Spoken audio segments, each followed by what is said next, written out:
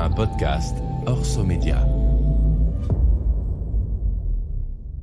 1,4 million d'abonnés, puis sur Instagram, 1,1 million. J'ai menti sur qui j'étais pendant très longtemps. J'ai senti où l'argent était et je l'ai suivi. En tant que youtubeuse beauté, si t'es pas belle, t'es pas une youtubeuse beauté. Rien n'est authentique, tout le monde a un personnage. J'ai modifié mon corps, j'ai fait des injections. On les appelle des influenceurs, ou certains préfèrent créateurs de contenu. Ils ne sont ni journalistes, ni des professionnels des médias, et pourtant ils informent, divertissent ou stimulent les neurones de millions de personnes chaque jour avec leurs vidéos, leurs podcasts, leurs stories ou leurs newsletters.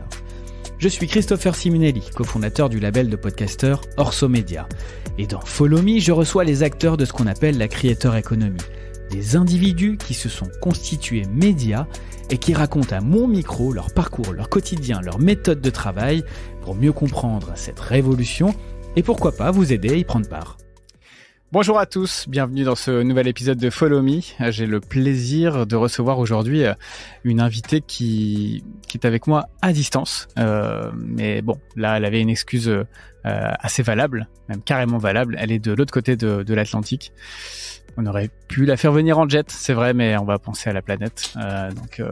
Merci Internet. J'ai fait plein de rimes en « et » alors que c'était pas du tout voulu. Je sais pas ce que ça donne, vous, dans vos oreilles, mais je trouvais ça assez ridicule. Salut Sandrea, ça va ? Salut, moi je valide les rimes, tu vois, je passe beaucoup de mon temps à essayer de construire mes phrases en vers, donc... C'est vrai ? Ça fait partie de tes lubies ? Ouais, ça fait délirer ma communauté, mais c'est un truc que je sais pas, j'adore en fait, je trouve que c'est sympa de lire. Ouais. Mais c'est un talent incroyable que t'as là. Enfin, ça vient tout seul. C'est de la pratique, tu sais, qui fait qu'au bout d'un moment, tu commences à... Ton cerveau... T'es sur des alexandrins, t'es sur des... Non, t'as des règles comme ça ou... Oh, je sais pas si j'ai des règles, tu sais, mes bases, elles sont de la primaire, je crois, quand on nous a commencé à nous... Alors que c'est très loin, mais... Ok. Donc, est-ce que tu vas nous faire peut-être la surprise de nous parler en vers à un moment dans ce podcast, sans qu'on s'y attende? C'est possible. Sans toi libre. Après, je me sentirais libre, il y a pas de problème. Après, low expectations, les gars, parce que j'ai tendance à te décevoir. Donc. Écoute, t'as beaucoup aimé mes rimes de tout à l'heure, donc low expectations aussi de ton côté. On va être super correct. Alors Sandrea, tu es aux États-Unis. Est-ce que tu peux un peu nous raconter d'où tu viens, quel est ton parcours, qu'est-ce que tu fous au Tennessee, c'est ça, Nashville? Ouais, à côté de Nashville, ouais. Alors écoute, moi je viens de la pointe des Ardennes. J'ai grandi sans Internet pendant la moitié enfin non, plus la moitié de ma vie. Maintenant le temps passe trop vite. J'avais 15 ans quand on a commencé à avoir AOL et t'avais 15 ans quand vous avez eu le fameux CD jaune là, 50 heures d'internet avec AOL. 100 divisé par 2 parce que j'avais une sœur aînée qui elle aussi était accro à MSN. Bah ouais. Ok, donc t'avais 15 ans à ce moment-là, je pense que tu dois avoir 35 ans, non? Ouais, 33. C'était rien à voir, tu vois, c'était une datation faite sur la foi de tes informations, pas sur le physique, hein, voilà. Donc, ne te vexe pas. Okay. Non, je suis pas vexée. Bon, très bien. Donc, tu découvres Internet avec le CD jaune d'AOL, tu as 15 ans, dans les Ardennes. Ouais.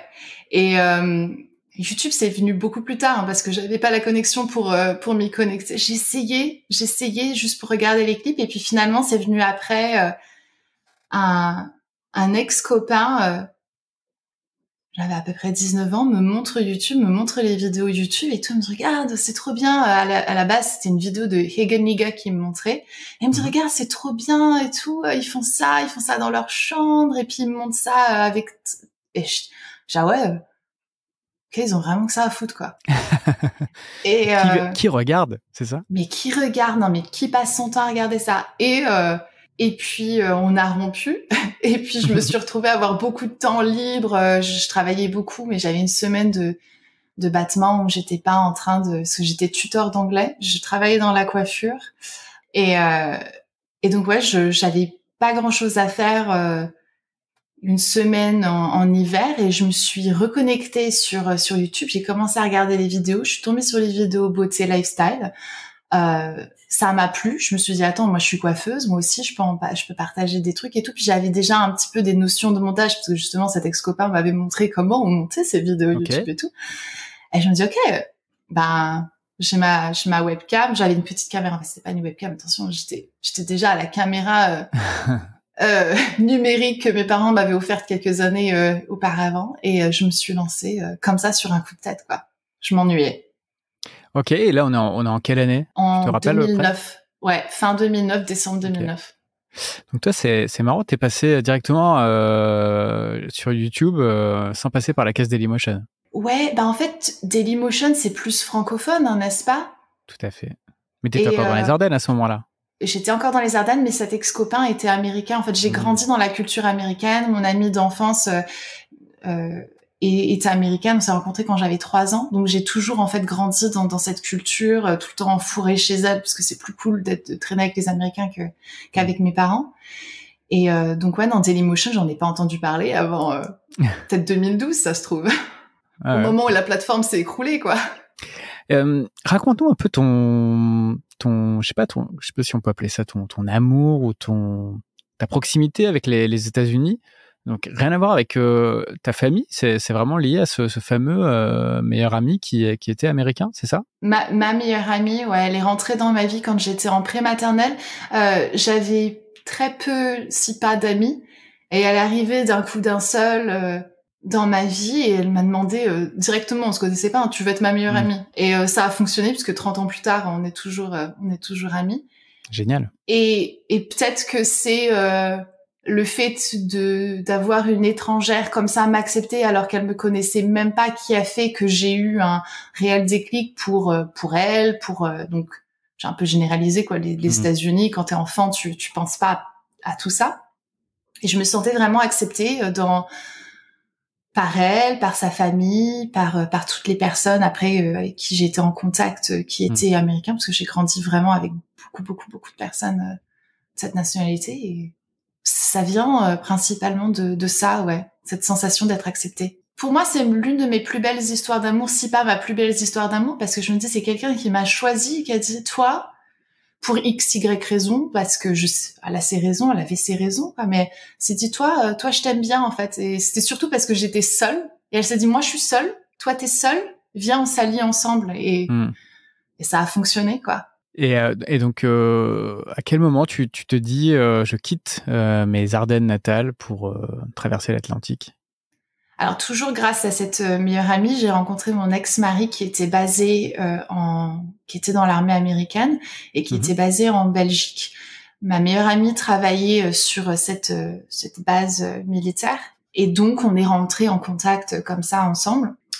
On s'est liés d'amitié, on est devenus romantiques, on a décidé de se fiancer, de se marier, tout ça. Donc, à 22 ans, 22 ans, j'ai fait mes papiers, visa, etc. J'ai pris mes 2 valises sous le bras quand j'ai eu mon papier, mon visa et tout ça. Et puis je suis partie, quoi, sans jamais regarder, sans regarder à ce moment-là en arrière, quoi. Et c'est comme ça que je suis arrivée là. Comment ta famille, tes autres amis ont pris ce départ, cette décision? C'était pas quelque chose... Enfin, c'est quelque chose que mes parents voyaient venir depuis très longtemps parce que je n'ai jamais réellement sorti avec quelqu'un d'autre qu'un Américain. Mais ma sœur était déjà aux États-Unis. En fait, elle avait fait ses études là-bas. Elle était partie en Oklahoma pour faire des études bibliques. Parce que j'ai grandi dans une église aussi. Et donc, elle était déjà mariée, enceinte... avec un Américain, elle habitait en Floride, donc c'était pas choquant pour mes parents et j'étais la deuxième à le faire, tu vois. Donc Et donc l'état dans lequel tu as posé tes valises au moment où tu arrives aux États-Unis, c'est le Tennessee, c'est là où tu es actuellement? C'est la Géorgie. J'y suis restée pratiquement 2 ans. Et puis mon ex-mari a changé de branche. Enfin, pas de branche, mais il a changé d'emploi dans sa branche. Et donc, on a été mutés dans le Tennessee, puisque c'est l'un des seuls endroits qui qui avait cette spécialité. Et on est arrivé et coup de foudre en fait. Moi, j'avais pas du tout pensé que j'aimerais autant cet État parce que j'étais plus attirée par la Floride, la Géorgie, les palmiers, etc. Et en fait, j'ai beaucoup d'amour pour cet État, pour les gens, pour la bienveillance et Nashville, pour nous Français, ça évoque Johnny Hallyday, ça évoque le rock'n'roll, ça évoque un peu tout ça. Ça a été fidèle à l'image que tu en avais toi aussi. Peut-être pas ses références. Si, j'avais ses références. C'est plus Memphis, du coup, Johnny Hallyday, Elvis, le rock, etc. Nashville, c'est la ville du country, de la musique country. J'avais ses références, j'ai grandi dans la musique country et tout. J'ai grandi avec Taylor Swift qui vient aussi oui, c'est vrai. de Nashville. Donc, c'était ouf pour moi. C'était l'un des éléments qui a fait, OK, allez, vas-y, Tennessee, Nashville. C'est la ville de plein d'artistes, ça doit pas être si pourri que ça. Et en fin de compte, évidemment, non, c'est vraiment l'une des villes, moi, que j'apprécie le plus parce que c'est extrêmement intéressant culturellement, mais en plus de ça, tu gardes quand même ce côté hyper friendly, très... c'est une grande ville avec un esprit de petite ville. Et ça devient une rareté aux États-Unis et ça va pas le rester pendant longtemps. J'ai vu la ville et ses alentours changer en l'espace de maintenant 8 ans, mais c'est kiffant. Donc t'es quand même restée aux États-Unis, t'es tombée vraiment aussi amoureuse de ce pays, t'as réussi à te faire ta vie, tu t'es refait un cercle, j'imagine, d'amis sur place. Ouais, ça m'a pris quand même beaucoup de temps. Tomber amoureuse, en fait, j'étais amoureuse, mais plus de la perception que j'avais des États-Unis. Et puis bon, j'étais pas forcément confrontée à la réalité que c'est d'être résident américain, citoyen américain, de vivre vraiment dans ce pays, parce que j'étais premièrement un peu sous le couvercle de l'armée américaine qui a beaucoup d'avantages, le fait qu'on ait une assurance qui vienne directement, c'est quelque chose qui vient pas forcément autrement, et plein de choses qui faisaient que j'étais un petit peu dans une bulle je me sentais vraiment safe et tout. Et puis parce que je travaillais aussi pour la France, j'avais pas en fait le problème de tu sais, des 40 heures de travailler plusieurs boulots, quoi. Je vis dans un privilège qui est quand même assez ouf. Et puis il y a 2-3 ans, j'ai eu ce que j'appelle une petite crise existentielle où j'ai remis absolument toute ma vie en question et tous mes choix et tout ce qui m'entoure et pourquoi je fais ça et pourquoi les choses sont comme ça et tout. Et j'ai commencé à creuser un petit peu plus sur ce que c'est réellement les États-Unis, les lois, la justice sociale, le droit de la santé, etc.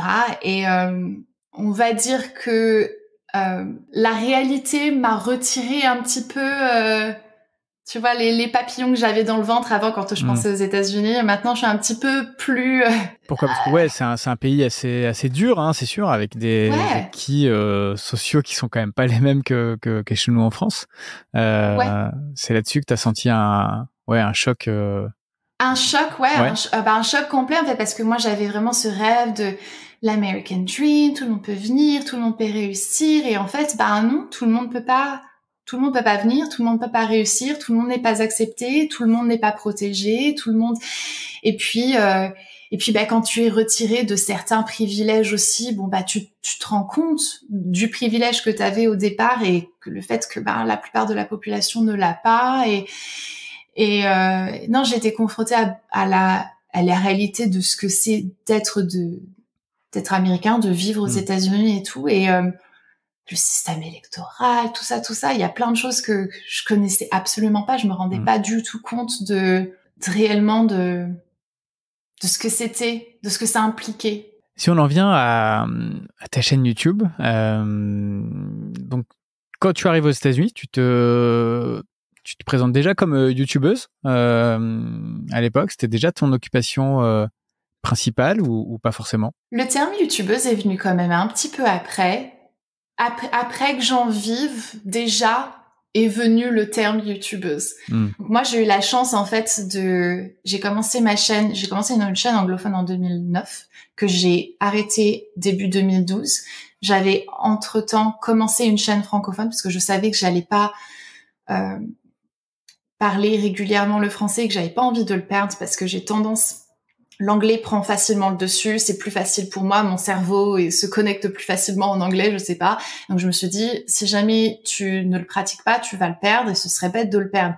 Donc j'ai arrêté ma chaîne anglophone, je me suis mis uniquement en francophone. J'ai eu la chance que la chaîne commence à bien fonctionner et c'est grâce à mes rémunérations YouTube, j'étais sous network à ce moment-là, je le suis toujours, mais c'est plus le même.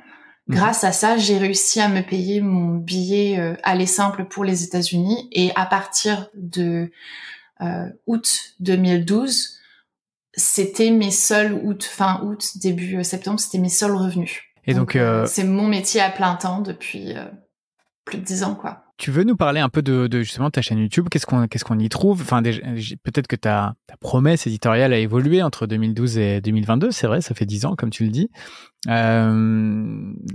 Tes premières vidéos, qu'est-ce que tu racontais? Qu'est-ce que tu partageais avec ton audience?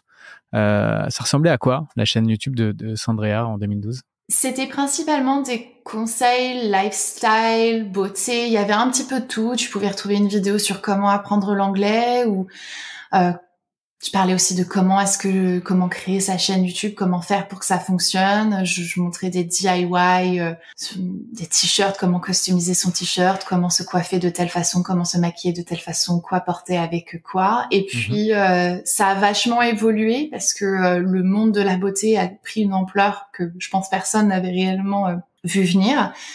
Les marques ont senti le truc qui fonctionnait, quoi, parce que on est vite devenu la référence, nos opinions, nos avis étaient les plus importants et c'est en nous qu'on faisait plus facilement confiance et les pubs n'avaient plus autant d'impact et donc les marques ont commencé à se diriger vers les youtubeurs, youtubeuses et donc moi j'ai commencé à concentrer un petit peu plus mon contenu pour que ça puisse rentrer dans cette ligne éditoriale qui est un peu plus spécifique à la beauté, quoi. J'ai senti où l'argent était et je l'ai suivi.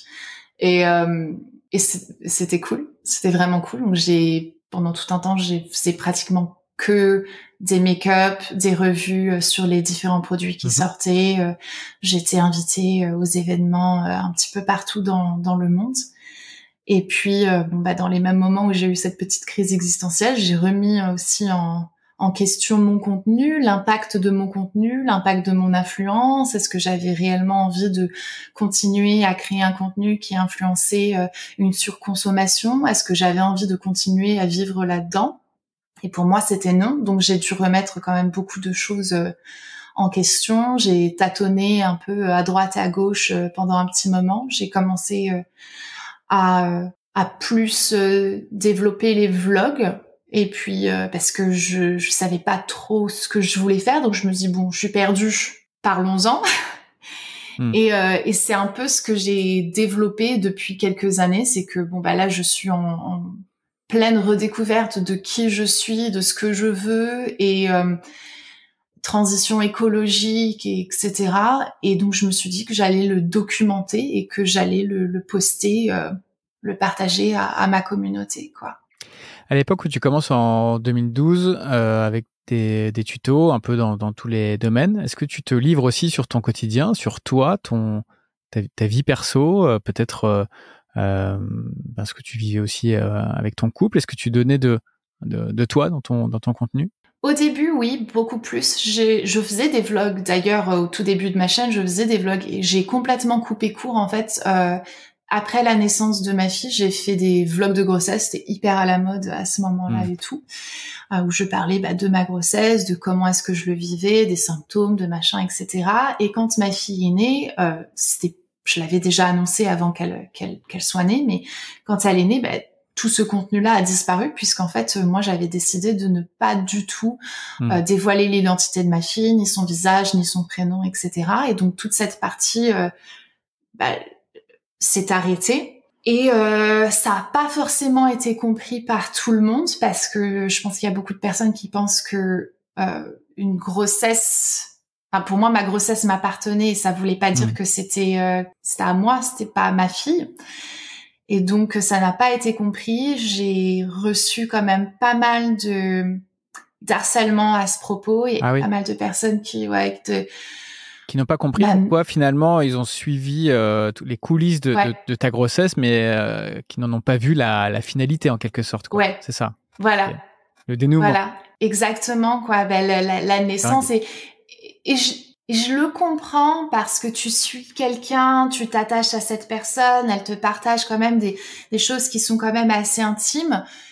Donc je comprends la frustration, mais en même temps, je comprenais pas le fait qu'on ne comprenait pas que ça s'arrêtait là parce que c'était là que ma fille n'était pas moi et qu'il y avait une réelle distinction. Et donc, il y a eu des personnes qui ont cherché les informations pour savoir quel était le nom de ma fille, qui stalkaient le Facebook de ma mère qu'elle pensait privé. Enfin, c'est devenu assez intense. Et donc, je me suis dit, ok, non, moi, je coupe tout ça. Il y a plus de connexion. Je ne veux pas. Si je vous donne le doigt et que vous me prenez le bras, c'est pas possible, tu vois. Donc, je vous donne rien. Et comme ça, on peut pas m'attaquer. On peut pas essayer de divulguer la moindre chose. Je me sentais vraiment fragile à ce moment-là. J'étais pas encore, j'avais pas encore compris.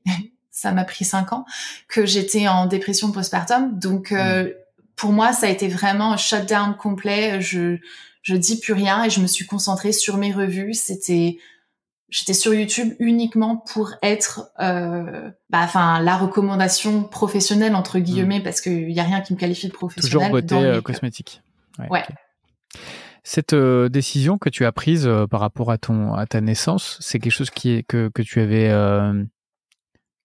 avais fixé déjà dès le départ, ou tu as eu une prise de conscience au cours de ta grossesse où tu t'es dit là ça va peut-être trop loin, il faut que je la protège, il faut pas qu'elle fasse partie de tout ça. Ça a toujours été un choix conscient que j'ai fait dès le départ. Ma sœur n'affiche pas ses enfants non plus. Ma sœur aînée a eu ses enfants, ses 2 aînés avant moi, et c'est quelque chose qu'elle le faisait pas et qu'on a eu des discussions là-dessus. J'avais une copine aussi à l'époque qui était sur les réseaux sociaux, qui l'est toujours, et qui avait des enfants et qui était enceinte de son 2e et qui avait décidé de ne pas divulguer leur identité, etc. Et donc c'est quelque chose que si j'avais pas eu ces conversations avec ces femmes, peut-être que j'aurais pas eu le bon sens de la protéger. Mais ouais, c'est quelque chose que j'avais déjà compris qui était important, que l'identité de quelqu'un doit être protégée, surtout d'un enfant qui ne demande absolument pas rien à personne, quoi. Donc ouais, elle a largement le temps d'être affichée sur les réseaux. Tu m'étonnes. Et c'est vrai que ça me fait penser à...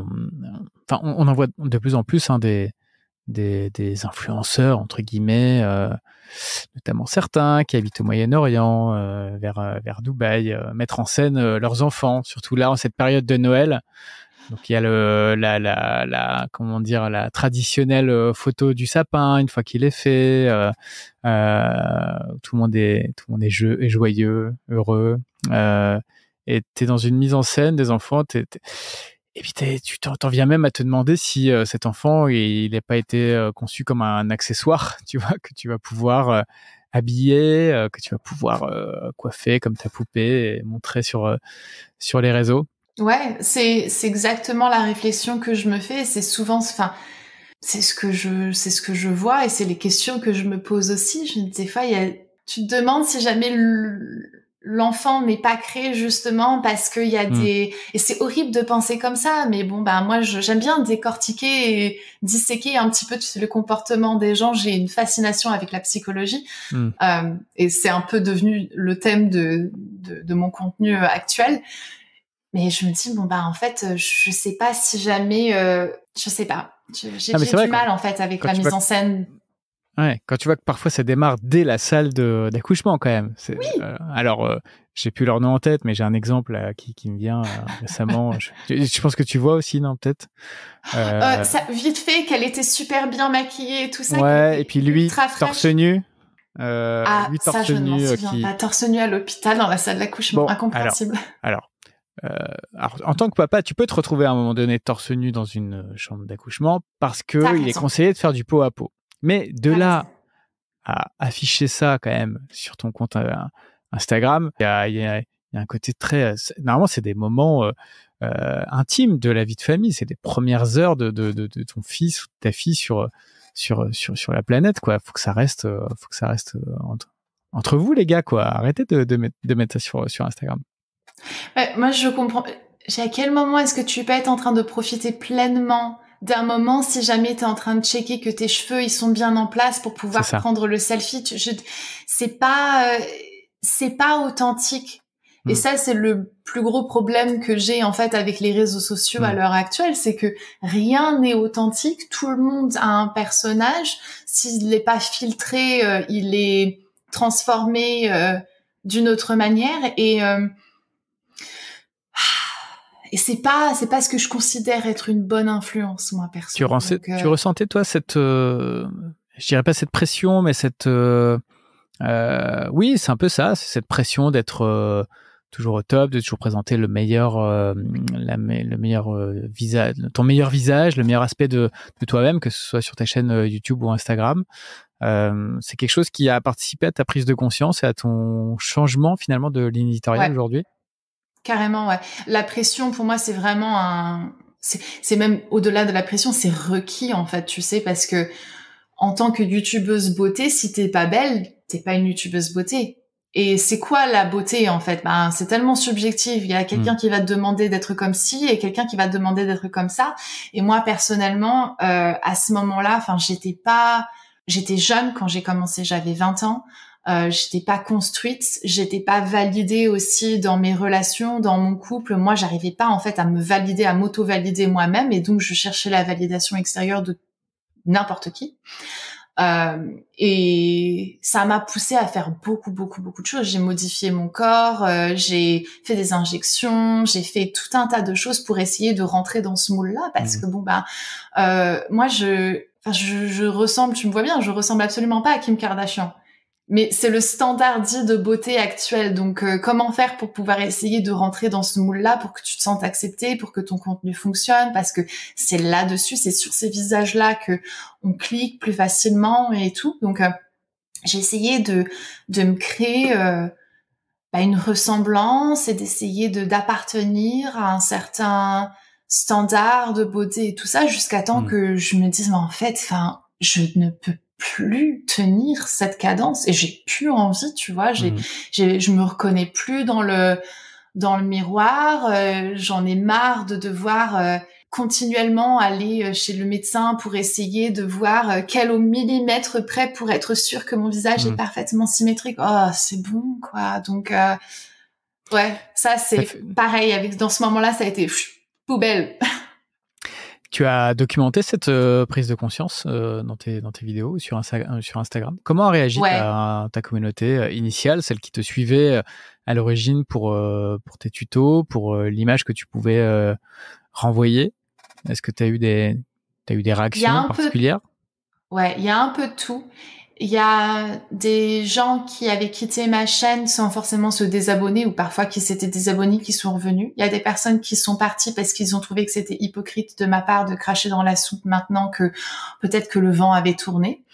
Il y a des personnes qui suivent le contenu make-up vraiment pour se divertir et que le contenu que je propose est, je pense que mes vlogs sont drôles. Hein, j'insère plein de mimes, donc c'est pas... si, je te confirme, ils sont cool. Ok, cool, génial, ça me fait super plaisir. Mais il y a des personnes, tu vois, qui ça n'intéresse pas, que ce soit le vlog, le développement personnel, ça leur prend la tête et donc ils sont partis. Il y a un petit peu de tout.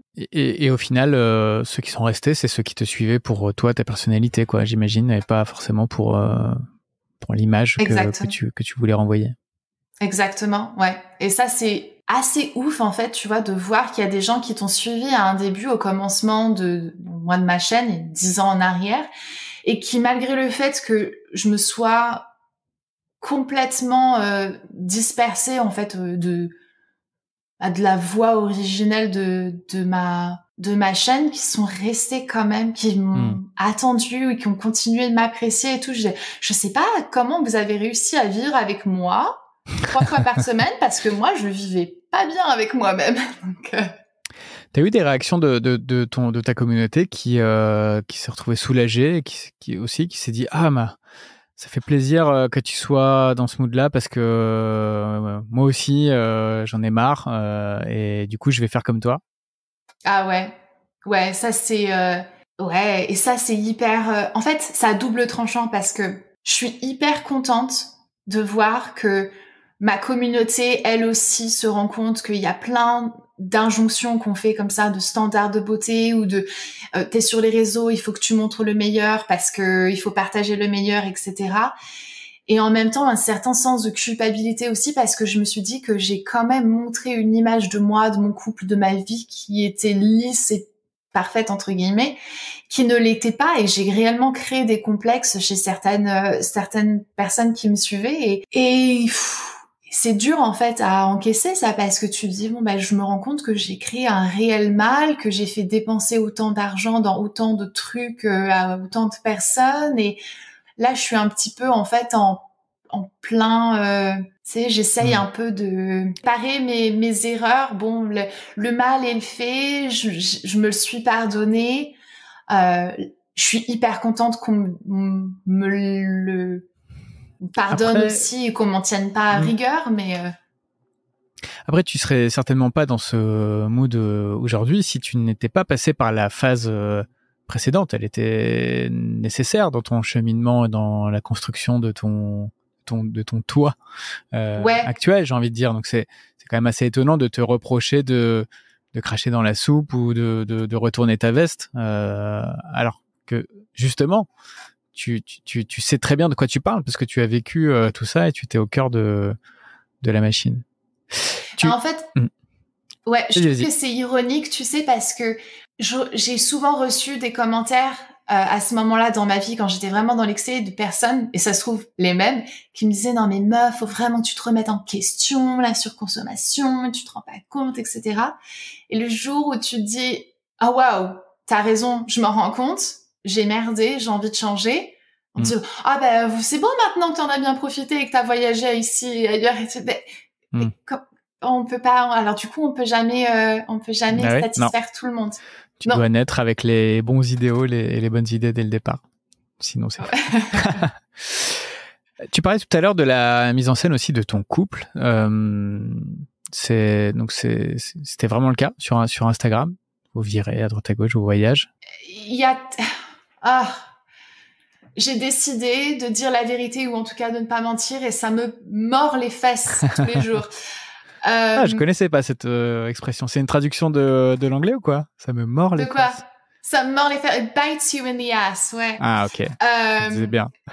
Mais ouais, non, mais toutes mes références sont des traductions. Il faut être quand même sacrément souple pour se mordre les fesses. Je le conseille. C'est pas donné à tout le monde. Yoga, les gars. Voilà. Qu'est-ce que... Non, la question par rapport à ton couple, c'était aussi, que comment on vit son couple en ayant une communauté comme ça qui de l'autre côté de l'écran t'attend un peu au tournant, attend ton prochain post, ta prochaine story, ton prochain reels. Ça doit forcément avoir un impact sur le couple. Enfin, c'est ce que je me dis. Et aussi sur je sais pas, sur votre quotidien. Le problème en fait majeur avec ça, c'est que j'avais pas réellement de relation émotionnelle intime avec mon ex-mari. Donc c'était pas une relation fusionnelle. On était amis, on cohabitait, on coexistait, on partageait notre enfant, l'éducation de notre enfant, etc. Mais on n'avait pas réellement de connexion. Et donc, il y avait beaucoup de choses qui se faisaient de façon assez machinale et qui étaient créées, en fait, Pas forcément, j'ai pas envie de dire de toutes pièces parce que c'est des choses que j'avais vraiment envie de faire. On se prenait pas en photo de façon spontanée tous les deux, et quand on se prenait en photo, je savais que j'allais le poster, tu vois, parce que j'avais envie de partager ces moments-là. C'est difficile en fait de... Il était OK lui avec ça, il acceptait quand même volontiers ta notoriété sur les réseaux? Alors, je peux pas parler en son nom. J'ai pas forcément ressenti qu'il l'acceptait. Et au début, je pense pas que j'avais envie de le voir, mais c'est devenu un petit peu plus flagrant quand ça a pris de l'ampleur. Et ça a été évident quand il a pu voyager avec moi pour le travail, et que les voyages ne se passaient pas comme je le pensais. Mmh. C'est-à-dire, tu pensais que ça se passerait comment? Je pensais que ça se passerait bien. Non, c'est... Oui, parce que j'imagine que dans tes voyages, tu avais toi aussi tes obligations, entre guillemets. Tu y allais aussi pour le boulot. Donc pour le travail. À faire, des trucs à voir, des contenus à produire. Lui s'attendait peut-être, je sais pas, j'imagine, à ce que ces voyages soient aussi des moments où vous êtes tous les deux. Non, je sais pas. Est-ce que c'est ça? Je sais même pas si jamais il avait forcément envie d'être avec moi. Ok. J'étais pas la personne la plus agréable à ce moment-là dans ma vie. Et c'était pas... C'est inexplicable, en fait. C'est quand tu peux partir à l'autre bout du monde, le voyage peut être le plus magnifique au monde. On a fait Bora Bora, mais si jamais t'es pas bien avec la personne avec qui tu voyages, il y a aucune quantité de palmiers et de sable blanc qui va pouvoir faire en sorte que tu vas être bien, quoi. Donc... C'est pour ça que tu disais que t'étais pas forcément la plus agréable qui soit à ce moment-là. Il y a beaucoup de choses qui fait que j'étais pas... Je pense que déjà, j'avais pris le melon et je pensais mériter ce que on m'offrait, alors qu'en fait, j'avais juste le privilège de le recevoir. Je pense que j'avais une frustration de ne pas être validée dans mon travail par lui, qui ne se rende pas en fait réellement... où j'avais l'impression qu'il ne se rendait pas compte de l'ampleur que ça avait, aussi de la pression psychologique que j'avais continuellement, et j'arrivais pas en fait à justement avoir cette conversation avec lui, d'être rassurée dans mes choix et d'être rassurée dans qui je suis aussi, quoi. Et donc ça a créé une frustration contre lui, parce qu'il ne donnait pas ce que je recherchais, alors qu'en fait, j'aurais dû moi-même me le donner, cette validation. On ne devrait pas avoir besoin de quelqu'un pour nous dire qu'on est quelqu'un de bien, ou qu'on fait les choses bien, c'est une pression en fait que tu mets à une autre personne quand tu lui demandes ça, et encore plus quand la personne en face de toi, elle en est peut-être pas capable, quoi. Ah ouais, je comprends.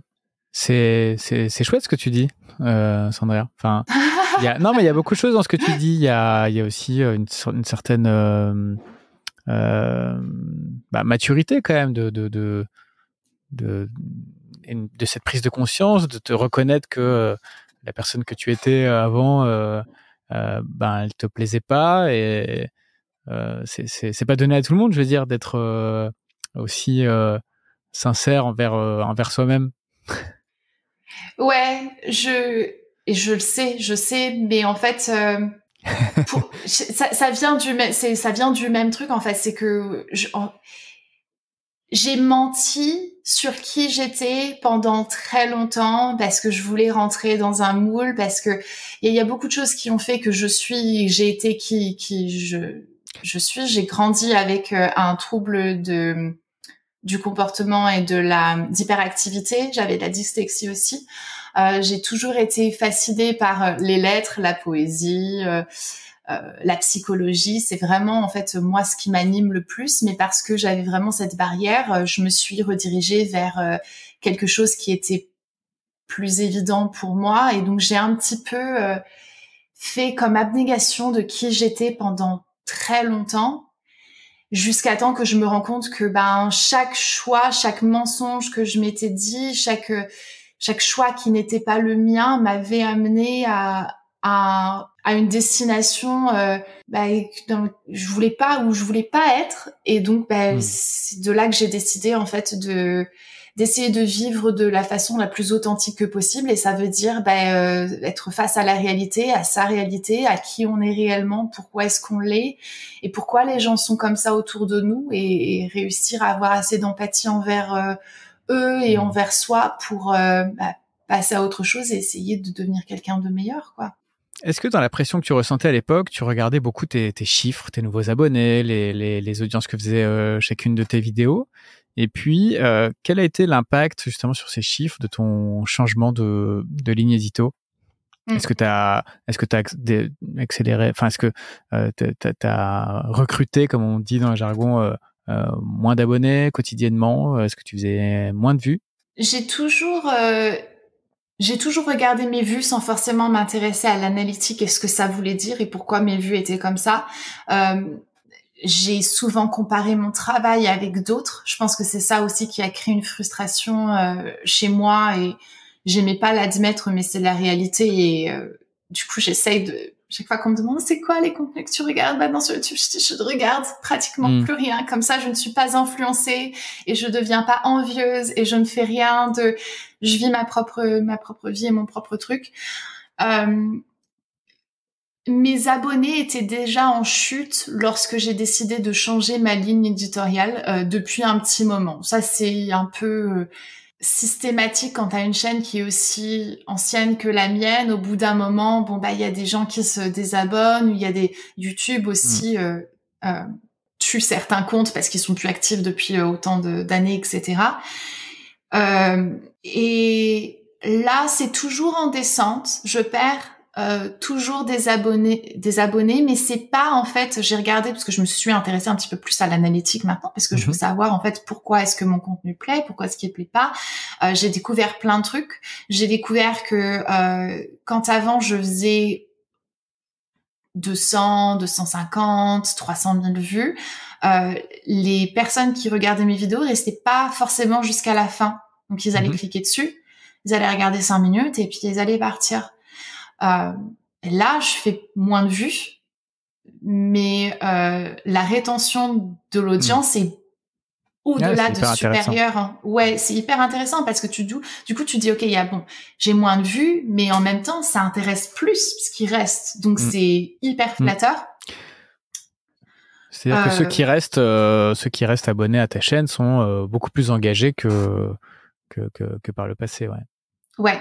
Ouais. Ça, effectivement, et d'ailleurs, parmi les indicateurs qu'on donne, les fameux KPI de la Creator Economy, et qui permettent de juger, entre guillemets, un créateur de contenu, on va davantage regarder aujourd'hui le niveau d'engagement, effectivement, le taux de complétion de ces vidéos, plutôt que le nombre d'abonnés. Et donc, en cela, c'est plutôt positif, ce que tu nous dis là. Ouais, pour le coup, ça fait vraiment plaisir parce qu'en plus, mon contenu est tellement plus, j'ai pas envie de dire intéressant, parce que le make-up, ça peut être intéressant pour les personnes qui sont intéressées, mais il y a un peu plus de substance. Et donc, tu te dis, bon, c'est cool, quoi. Puis en plus, je me livre beaucoup plus.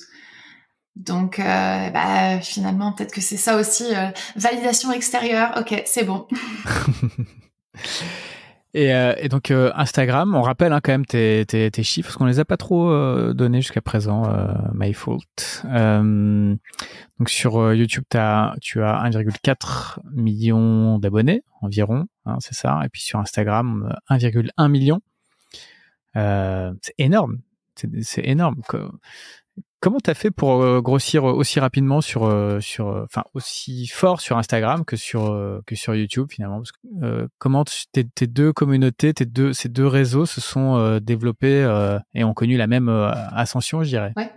Ouais, plus ou moins en parallèle en même temps. J'ai commencé Instagram en 2012. Je pense que et donc plus ou moins dans les mêmes moments que ma chaîne a pris à ce moment-là de l'ampleur. Je pense que c'est parce que mon Instagram, je l'ai toujours considéré comme un réseau qui était un petit peu plus intime que YouTube. Et c'était plus facile pour moi de filtrer les commentaires justement et bloquer les comptes sur Instagram. Donc c'était plus facile d'en partager un petit peu plus. Il y a aussi cette impression de quelque chose d'un petit peu plus éphémère avec les stories et tout. Donc je sais pas si c'est ça. Tu fais des ponts entre les deux. Par exemple, tu renvoies tes abonnés YouTube vers ton compte Instagram et réciproquement. Et vice versa. Ouais, parce que bon, moi, Instagram, c'est l'une des plateformes qui booste le plus ma chaîne. Donc tu sais, quand on voit d'où vient tes vues, Instagram, c'est l'un des plus importants. Ok. Il y a la recherche, il y a les abonnements, etc. Mais c'est assez ouf en fait de voir que si jamais je ne fais pas le relais de ma vidéo sur Instagram, elle va faire moins de vues. Parce qu'en plus, la plateforme YouTube maintenant ne te permet pas en fait de forcément voir tes abonnements et tout. Enfin, c'est un petit peu le merdier, hein. Mais bon. Et en termes de format, qu'est-ce qui marche bien comme pardon, je te coupe. Tu voulais ajouter quelque chose? Et non, c'est tout. Puis après sur ma chaîne YouTube, quand je fais mes vlogs, je montre parfois le behind the scene de certains photoshoots que je fais parce que la plupart des photos que je poste, c'est des autoportraits et j'essaye en fait de les imaginer, de les penser, d'avoir une sorte de direction artistique avec un thème, etc. Et donc ça, je pense que ça les fait kiffer aussi parce qu'il y a une réelle création, une réelle envie de création artistique derrière mon Instagram et je pense que ça, c'est aussi ce qui fait kiffer. Et quel format de mise en avant de tes vidéos YouTube sur Instagram fonctionne le mieux? C'est-à-dire, est-ce que tu fais des stories en utilisant le petit widget lien, ou tu mets un extrait vidéo de ta vidéo YouTube en format vertical que tu mets en story ou en Reels? Qu'est-ce qui fonctionne bien? Alors, parce que c'est pas que je suis une flemmarde, c'est juste qu'en fait, j'aime pas me laisser bouffer par l'algorithme et parce que le machin et tout. Donc, j'ai tendance à juste mettre un post avec le widget, le lien. Si je me sens un petit peu plus d'humeur folle, je vais mettre un extrait de la vidéo. Mais c'est pas forcément régulier ou un truc, des fois, ça peut être drôle. C'est un extrait qui est drôle et tu dis, allez, vas-y, je vais leur balancer ça et tout. Je sais que c'est quelque chose qu'il faudrait que je fasse, qui serait dans mon avantage, mais parce que je suis tellement pas en fait dans la recherche de vues au-delà de ce que j'ai déjà que Justement, bonne transition sur tes coulisses côté prod. T'as toujours été seul pour faire tout ça. Comment t'es organisé? Comment t'as appris à faire du montage vidéo? Tu nous en as parlé un tout petit peu tout à l'heure sur la partie montage, hein, c'est ça? Tu as appris à faire du montage avec ton ex-boyfriend quand tu étais dans les Ardennes encore. Tu nous racontes un peu? J'apprends tout sur le tas, j'ai aucune formation, j'ai juste beaucoup de passion et le montage, pendant que mon frère a monté, mon frère c'est le Radier, juste petit shout out à mon frère qui est lui aussi créateur de contenu et je kiffe beaucoup ce qu'il fait. Il a monté quelques-uns de mes podcasts vidéo plus sérieusement, mais sinon l'intégralité de mon contenu, c'est moi qui le monte parce que je pars du principe qu'en fait c'est à ce moment-là que tu peux réellement y mettre ta patte et le montage de mes vidéos et en l'occurrence plus mes vlogs. Si je passais ça à un monteur, il me regarderait et me dirait mais en fait meuf, il y a rien de bon là-dedans. Et moi j'arrive ni queue ni tête. Ça n'a que il y a pas de début, il y a pas de fin. Ah non, absolument pas. Et donc il faut vraiment que moi qui est derrière l'idée de base puisse retranscrire tout ça grâce au montage avec un cut ici, avec une intégration d'un mime, d'un machin et tout ça.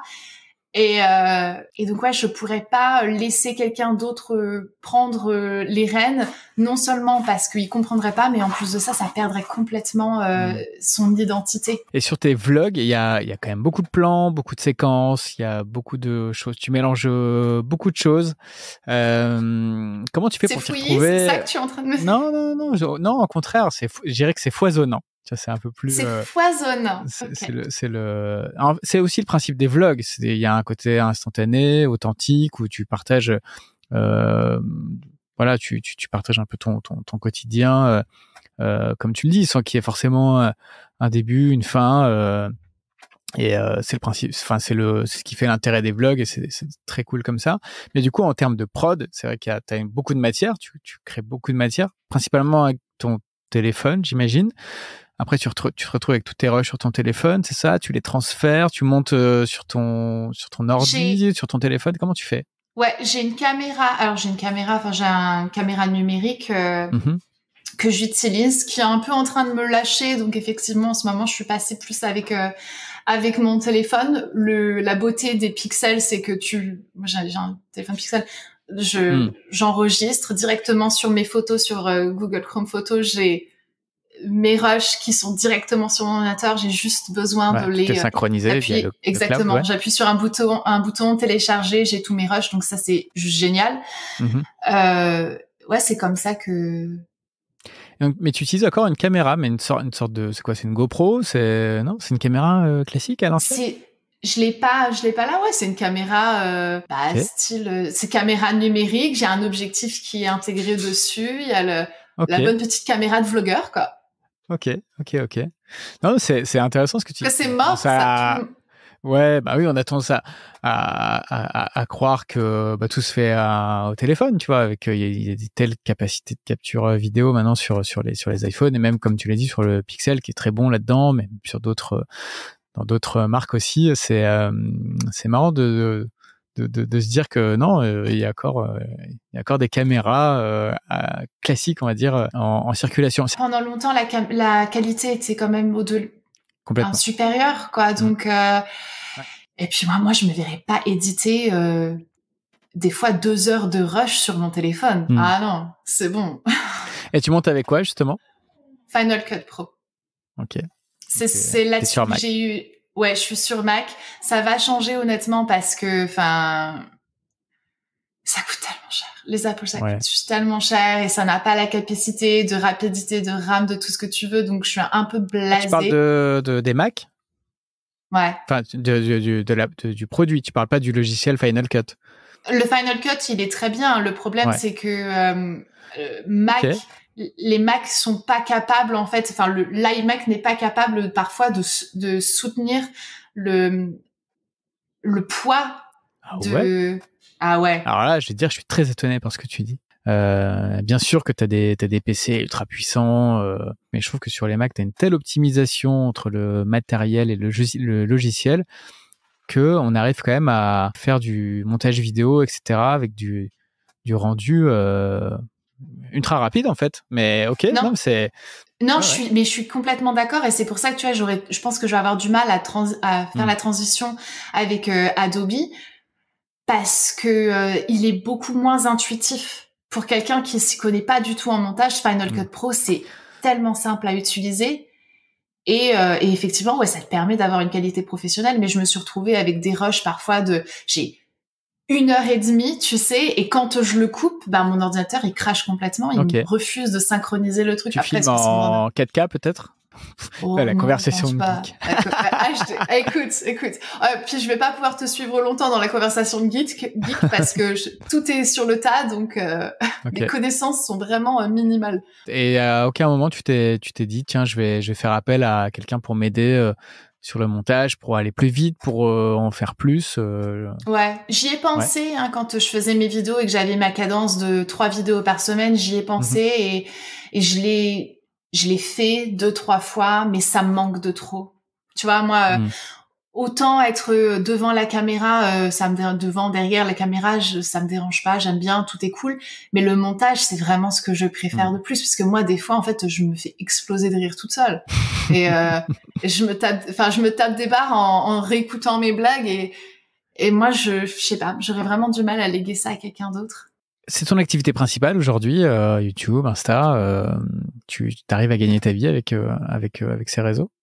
J'arrive encore à gagner ma vie, ouais. J'en vis encore. J'ai toujours cette chance. Tu dis encore parce que c'est de moins en moins facile non? Je dis encore parce que je pense qu'effectivement, oui, c'est de moins en moins facile de pouvoir vivre exclusivement de YouTube. Je dis aussi encore parce que en changeant mon contenu, j'ai aussi coupé beaucoup de revenus, puisque j'accepte beaucoup moins de partenariats, de collaborations. Je pouvais avoir 2, 3, 4 collaborations exclusivement sur YouTube pour un mois. Et maintenant, je vais peut-être en avoir qu'un seul, ou même moins, tu vois. Donc, il y a des annonceurs des marques qui t'ont suivi dans ce changement de direction? Google, ça a été je pense que c'est le plus flagrant pour moi, où la conversation se faisait déjà quand on parlait quand moi je pensais à ma transition, etc. Et ils m'ont suivi en plein dedans et tout. Bravo Google.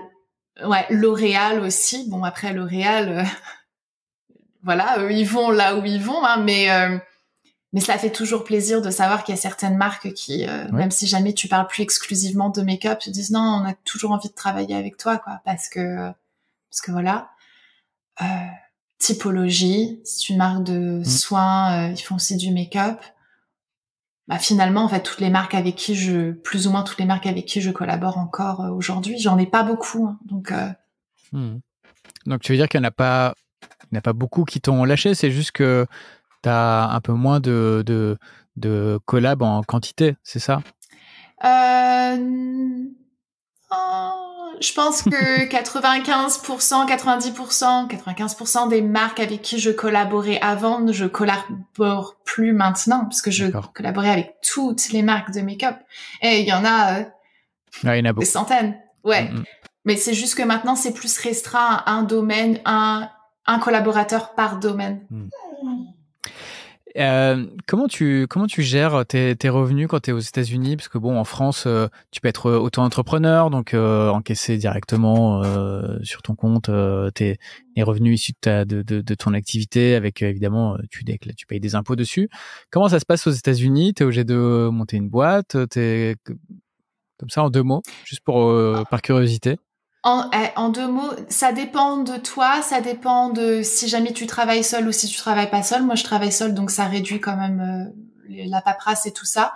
Et donc, ouais, je suis auto-entrepreneuse et je travaille en fait avec un network qui appartient à M6.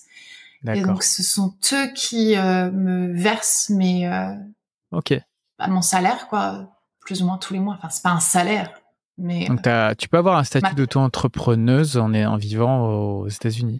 Ok. Tu peux, il y a, je sais pas comment est-ce qu'ils l'appellent eux, mais j'ai un LLC, etc. quoi. Ok.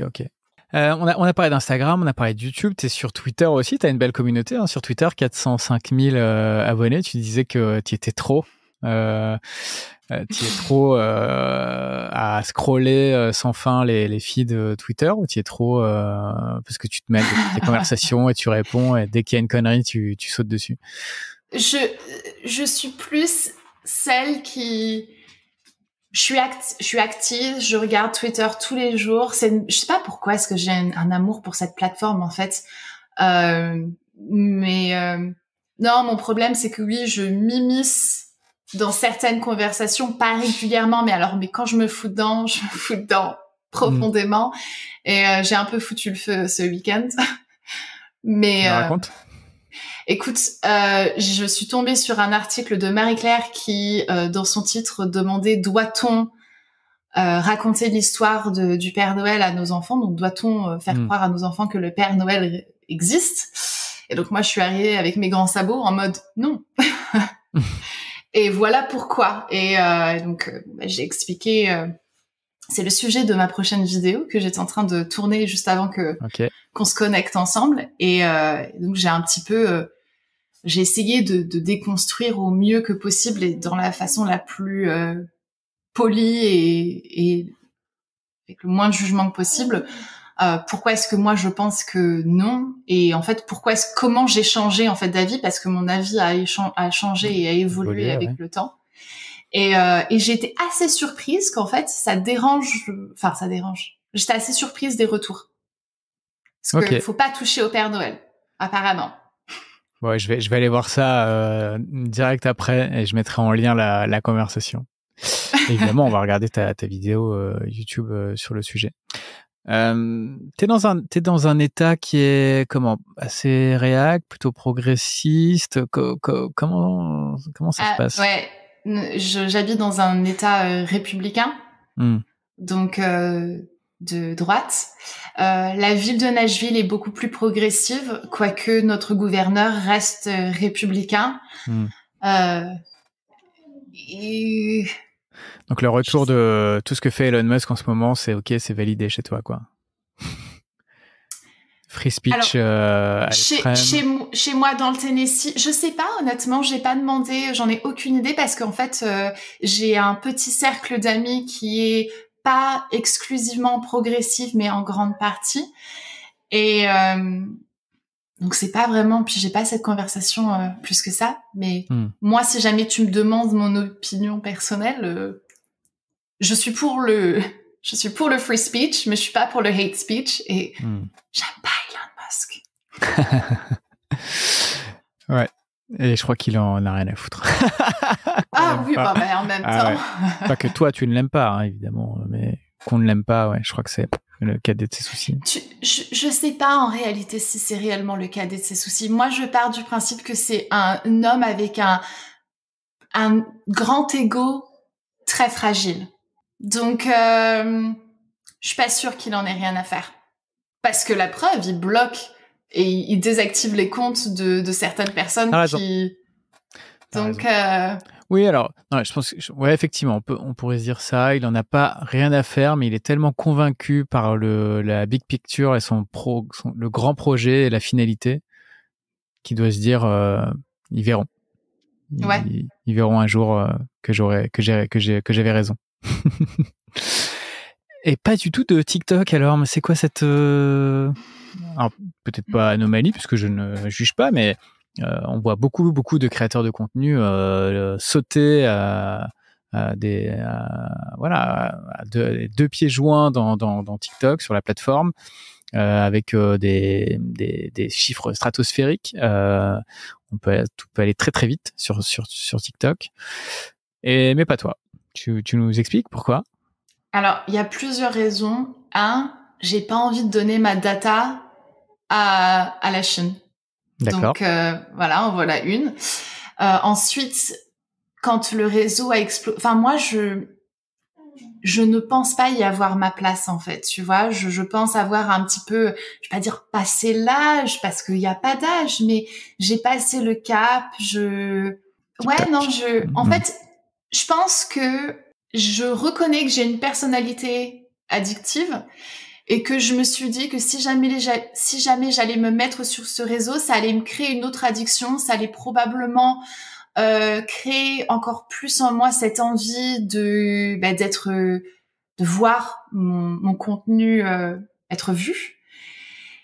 Et donc, je sais pas, en fait, j'ai toujours refusé de m'y mettre parce que je voyais pas l'avantage pour moi. J'avais l'impression que ça allait me bouffer la vie, que j'allais être en train d'essayer de créer un autre contenu que celui qui m'anime le plus, je vais pas me mettre... Et il y a rien contre ça, parce que je danse dans ma salle de bain, mais j'ai pas envie de me filmer en train de danser, j'ai pas envie de suivre la trend éphémère de quelqu'un. Enfin, je sais pas, ça m'est passé en fait tout ça. Et puis j'ai pas envie de m'y perdre non plus à scroller sans arrêt, à consommer des contenus de 15-30 minutes qui sont pas assez profonds 15-30 secondes pour moi. 15-30 secondes, j'ai dit 30 minutes. Ouais. Ouais, non, mais t'as raison. Alors, ça ne réglera pas le sujet de la data dans ce que tu disais. Mais on remarque quand même que TikTok s'éloigne quand même de plus en plus de ces trends de Corée, de danse. Moi perso, alors c'est peut-être lié à l'algorithme, mais j'en vois quasiment plus dans mon feed. Et TikTok est en train d'opérer un revirement assez important sur la durée des contenus, qui effectivement à l'époque, pendant longtemps, devait être le plus court possible, le plus punchy, 15-20 secondes max, sinon tu perds les viewers. Mais là, il commence à favoriser énormément les contenus de plus d'une minute, ne serait-ce que parce que c'est une audience qui est avec une meilleure monétisation de leur part. Donc, ils se sont rendus compte qu'avec des contenus de 15-20 minutes, c'était très difficile d'avoir des annonceurs vraiment premium. Et donc voilà, il y a un changement qui s'opère. Donc encore une fois, ça réglera pas le sujet de la data qui part en Chine. C'est vrai qu'on pourrait se dire ici, j'ai pas envie d'envoyer ma data aux États-Unis, mais bon, t'es déjà aux États-Unis, donc ça c'est ok. C'est ça. Mais ouais. Ok. Mais je trouve que c'est intéressant qu'ils commencent à privilégier un petit peu les contenus qui sont un peu plus longs. Moi, j'ai difficile en fait à ce qui m'intéresse, ce que je consomme sur je consomme sur pas le même mot, consommer. Ce sont toujours en fait des podcasts ou des discussions, des longues vidéos, des formats qui sont très lourds et un peu peut-être que certaines personnes pourraient trouver chiant, mais du coup j'ai essayé de créer mon contenu parce que tu me disais que mes vlogs sont quand même assez punchy et que ça va vite, etc. Il y a quand même beaucoup d'insertion, etc. Et c'est travaillé, c'est fait exprès parce que finalement je me dis l'une des raisons pour laquelle on reste sur Twitter à scroller pendant des heures, c'est parce que toutes les 15-30 secondes, il y a quelque chose de nouveau qui change et qui va te garder complètement en haleine, en fait. Et donc, mes vlogs sont un peu pensés et construits de cette manière en disant, je vais essayer d'imaginer un thème avec une idée derrière, mais la construction de mon vlog va être hyper rythmée pour que t'aies pas l'impression d'être en train de consommer un contenu qui est un peu lourd, quoi. Et justement, c'est vrai, tu parles des contenus longs. Je considère vraiment les contenus longs comme une réponse à cette frénésie qu'on peut avoir sur Twitter, sur TikTok, mais aussi sur Insta. Hein. Si on se dit les choses avec les Reels, on est quand même là dans des scrolls infinis. Et c'est aussi une réaction à ça. Je pense de succès des formats longs, que ce soit en podcast, mais aussi audio et en podcast vidéo. On a des personnes sur Internet qui veulent prendre le temps, aller un peu plus en profondeur dans les sujets, arrêter de tout survoler, arrêter de courir après le dernier même à la mode, même si c'est drôle, hein, mais c'est bien de varier un peu les plaisirs. Ça fait du bien parfois de prendre du recul et de prendre le temps, effectivement. Ouais. Tu disais tout à l'heure que tu avais aussi lancé un podcast vidéo. Tu veux nous en dire 2 mots ? Ouais. Tu vois, dans cette recherche, en fait, je pense que les gens, TikTok, ça a vraiment explosé début Covid. Et un peu pareil pour les podcasts. Et la raison pour moi, c'est parce que les gens recherchent absolument quelque chose d'authentique. Ouais. Ils cherchent quelque chose d'authentique, de moins coupé, des vraies conversations avec des personnes qui ont des vraies choses à dire. Et donc, c'est pour ça que moi, j'ai voulu créer mon podcast, c'est parce que j'ai commencé à avoir des conversations avec des personnes que je trouvais vraiment très intéressantes et je me suis dit que ce serait intéressant de les enregistrer et parce que moi, je suis en perpétuelle recherche de rentrer dans un débat, d'échanger mon opinion contre celui de quelqu'un d'autre pour apprendre de cette personne et pour pouvoir moi-même j'ai besoin qu'on me challenge sur mes idées et j'ai envie de challenger les autres sur les leurs pour pouvoir essayer d'évoluer un petit peu. Et donc, en fait, par mon podcast, c'est ça, j'essaie de le faire, j'essaie de le faire d'une façon quand même assez authentique parce que c'est pas ma profession, je suis pas journaliste ni quoi que ce soit, mais donc juste en mode conversation.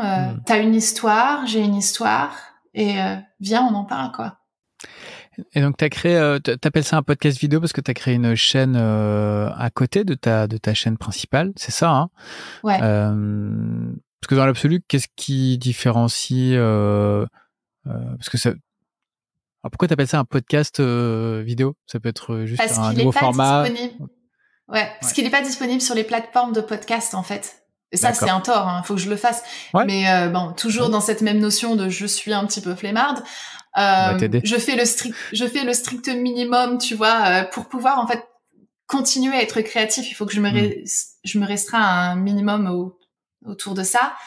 Moi, j'aime bien écouter des podcasts audio, mais j'aime bien voir les gens. J'aime bien lire leurs expressions parce qu'il y a beaucoup de choses que tu peux lire chez quelqu'un quand il te donne une réponse ou quand tu lui poses une question, et il y a un regard, quelque chose qui se passe chez la personne, et ça m'intéresse parce que je suis intéressée par la psychologie, j'aime bien comprendre les gens, quoi, mais donc, ouais. Et qu'est-ce que tu vas chercher chez tes invités dans ton podcast qui s'appelle donc Plus sérieusement?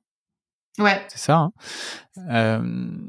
Ouais, non, c'est juste cette envie d'avoir des conversations plus sérieuses, plus profondes, plus poussées sur peu importe la thématique. Ça peut changer d'une personne à l'autre. J'ai parlé avec Patty Lynn Q, qui est une autre créatrice de contenu qui a grandi dans une église mormone, et moi j'ai grandi dans une église baptiste très stricte. Ce sont deux églises, deux dénominations protestantes aux États-Unis qui sont borderline des sectes, et donc on en a parlé de ça, d'un petit peu de comment on a grandi dans ces idéaux et tout, et comment est-ce que ça a complètement transformé notre perception du monde et des choses. Et j'ai parlé de la vie après avoir des enfants, de comment se trouver dans son rôle de mère. J'ai discuté avec mon frère aussi, donc le Radier, de lui, son contenu qui tourne autour des arnaques sur le web et tout. Donc de tout et de rien. Je suis contente de parler politique comme je suis contente de parler rouge à lèvres, en fait. Donc Bon, je vais mettre en lien dans le descriptif la chaîne dédiée à ton podcast Plus sérieusement. Sandrea, on a déjà passé 1h20 ensemble, ça passe vite. Tu nous racontes un peu tes projets pour 2023. Est-ce que tu as envie d'accélérer, de faire mieux, de faire en plus que tu n'as pas encore fait? Je compte continuer à faire ce que je fais maintenant.